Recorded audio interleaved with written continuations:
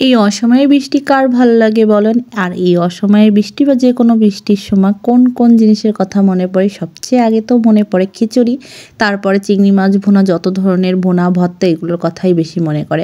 Hello everyone, আসসালামু আলাইকুম। সবাই কেমন আছেন? আশা করছি আল্লাহর অশেষ রহমতে আপনারা সবাই ভালো আছেন। যদি আমার ভিডিওটি আপনাদের কাছে ভালো লেগে থাকে তাহলে অবশ্যই আমার চ্যানেলটি সাবস্ক্রাইব করবেন, সাথে আমার ফেসবুক পেজটিও ফলো করে দিবেন।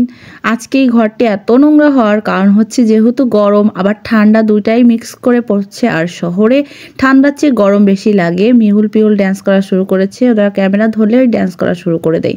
তো সারা রুমের যে কাপড় চোপড় বা মিহুল পিহুলের যত সব কাপড় চোপড় ছিল সব আপা একসঙ্গে বের করেছে, বের করে সব ড্রয়িং রুমে ছড়িয়ে ছিটিয়ে রাখছে। কোনগুলো মিহুল পিহুলের ছোট হয়ে গিয়েছে সেগুলো গরিব লোকজনকে দিয়ে দেবে, আর যেগুলো ওরা পড়তে পারবে গরমের সময় সেইগুলো আলাদা করে রাখছিল। এই জন্য রুমের অবস্থা এরকম নোংরা হয়ে আছে। আর এই যে দেখতে পাচ্ছেন এই যে ব্যাগটা, এটা হচ্ছে সুতার তৈরি বা পাট সুতার তৈরি। তো ওটার ভিতর মেহুল পিহুল বসে আছে। আপা ওইটা খুব শখ করে কিনেছিল, আর মেহুল ওর ভিতর টুক করে যে বসে আছে আর পিহুলের সাথে গ্যাঞ্জাম করতেছিল।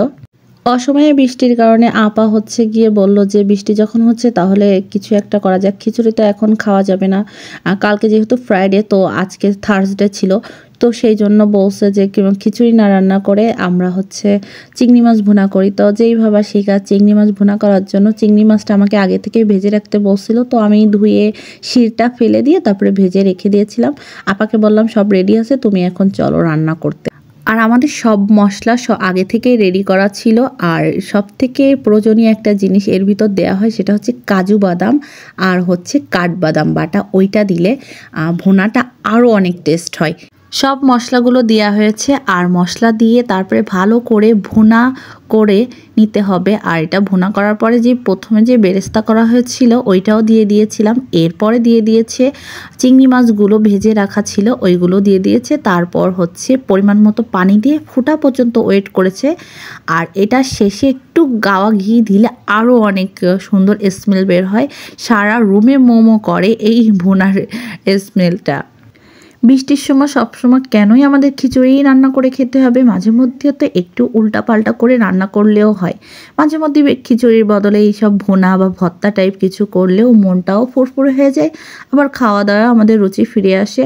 আর ফ্রাইডেতে প্রতি সপ্তাহের ফ্রাইডে একদিনই যেদিন খিচুড়ি খাওয়ার ডে, তো হচ্ছে তার জন্য আজকে থার্সডে ছিল, তাই আপা বললো কি চিংড়ি মাছই ভুনা করুক। তারপর হচ্ছে এখন হচ্ছে দুপুর টাইম, তো কিছু সবজি কেনার ছিল, তাই নিচে সবজিওয়ালা আসছিল। তো এক ভাবি সবজি কিনছিল, তো আমি দেখতেছিলাম, আমি ভাবিকে বললাম সবজি কেনার কথা।